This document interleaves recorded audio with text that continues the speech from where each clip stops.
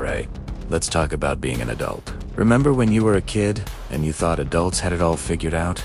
Yeah, me too. Turns out, we were sold a lie wrapped in a mortgage application. Adulthood is basically a series of absurd situations that everyone just nods and pretends are completely normal. It is like we're all in a silent agreement to not point out that the emperor is not only naked, but is also trying to pay for his latte with a cryptocurrency that doesn't exist yet. Let's start with the workplace.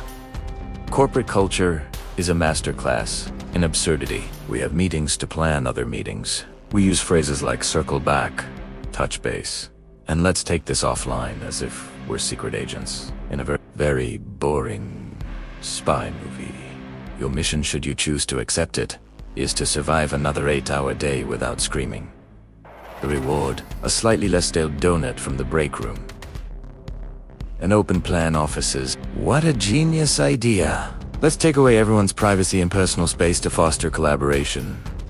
What it actually fosters is an intimate knowledge of your coworkers' loud chewing, their painfully personal phone calls, and the exact moment their third coffee of the day kicks in.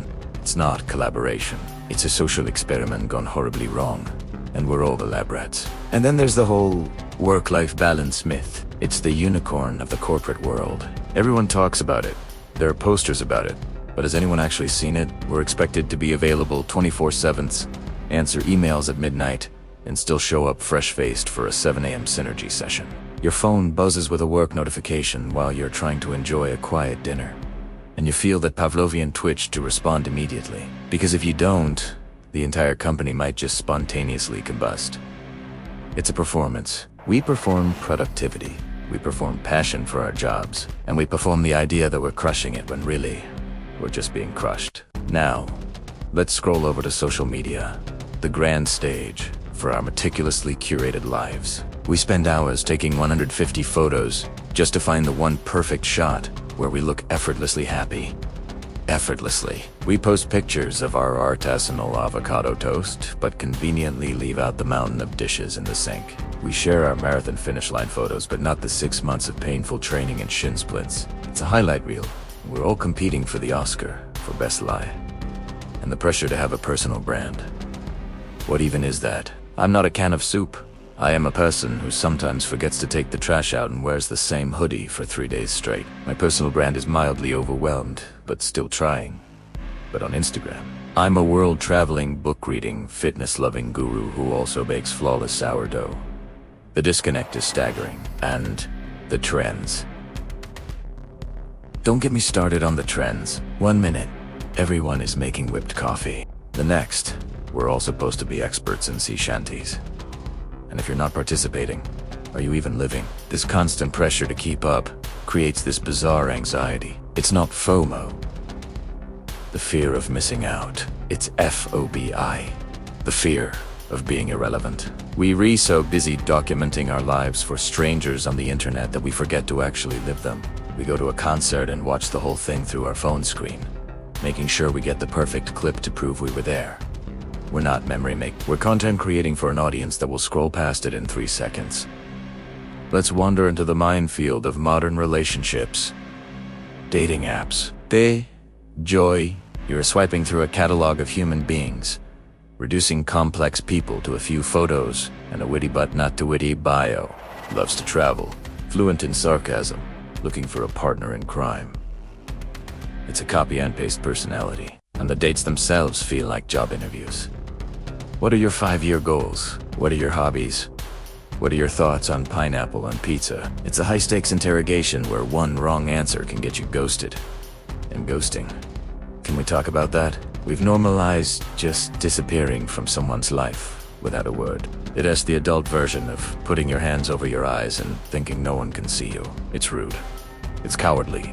And yet, it's become a standard exit strategy. We have all this technology to connect us, yet we've found new and creative ways to be more disconnected and inconsiderate than ever before. And even when you're in a relationship, the absurdity continues. There's this unspoken competition to be the perfect couple on social media. The romantic getaway photos, the gushing anniversary posts, the I'm so lucky to have this one. It's all a performance.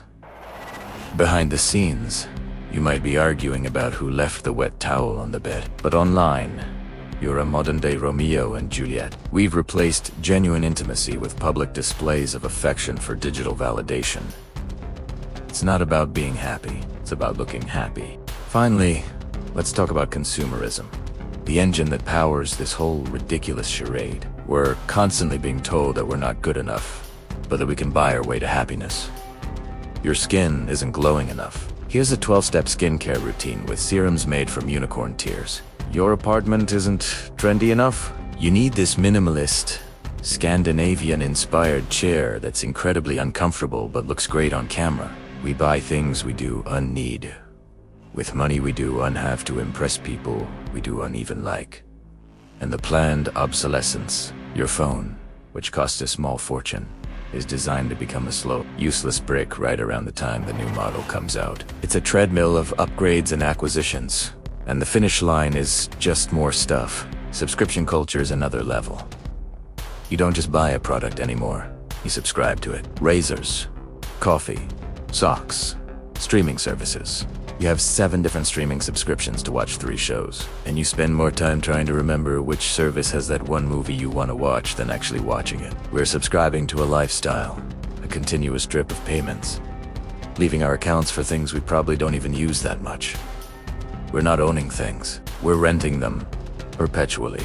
So, we are navigating this bizarre landscape of performative work, curated social lives, disposable relationships, and endless consumerism. It feels like we're all just winging it, pretending we know the rules to a game that was made up on the spot. But you know what? Maybe that's the secret. Maybe the first step to sanity is to just acknowledge the absurdity of it all. To laugh at the corporate jargon. To post a picture where your hair is messy. To admit you have no idea what you're doing.